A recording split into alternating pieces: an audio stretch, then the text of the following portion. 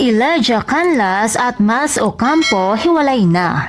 Isa lamang sina Elijah Canlas at Miles Ocampo sa celebrity couple na kasama sa listahan na napapabalitang hiwalay na ang mga ito dahil kapansin-pansin na hindi na sila madalas nakikitang magkasama sa mga larawan na ipinopost ng mga ito sa social media.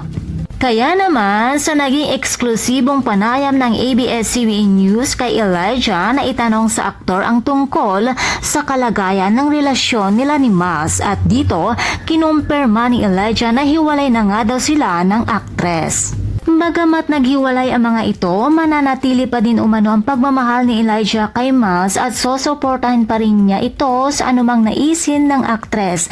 Dagdag pa ni Elijah, mananatili pa din daw siyang #1 fan ni Miles. Bagamat malungkot at nangihinayang ang mga fans ni na Elijah at Miles, madami naman ang humanga sa aktor dahil wala daw itong kemeng inamin ang totoong estado ng relasyon ni Miles. Hindi tuloy maiwasan na ikumpara ito sa ilang mga celebrities na napapabalitang hiwalay na din. Narito ang ilang mga naging komento ng mga netizens. Ayon kay Malu, mas okay pa yung ganto, walang paligoy-ligoy. Ayon naman kay Marlisa, ganyan dapat, straight to the point, di yung pahirapan pa ang mga fans.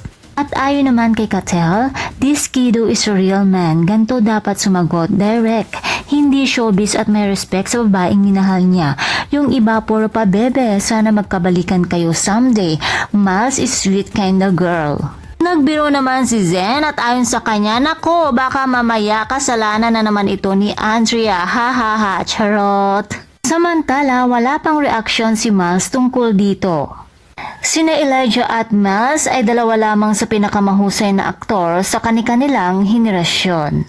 At kung kayo naman ang tatanungin mga chikadoras, ano kaya ang masasabi nyo tungkol sa isyong ito? And please don't forget to like, share, and subscribe my channel. Thank you for watching.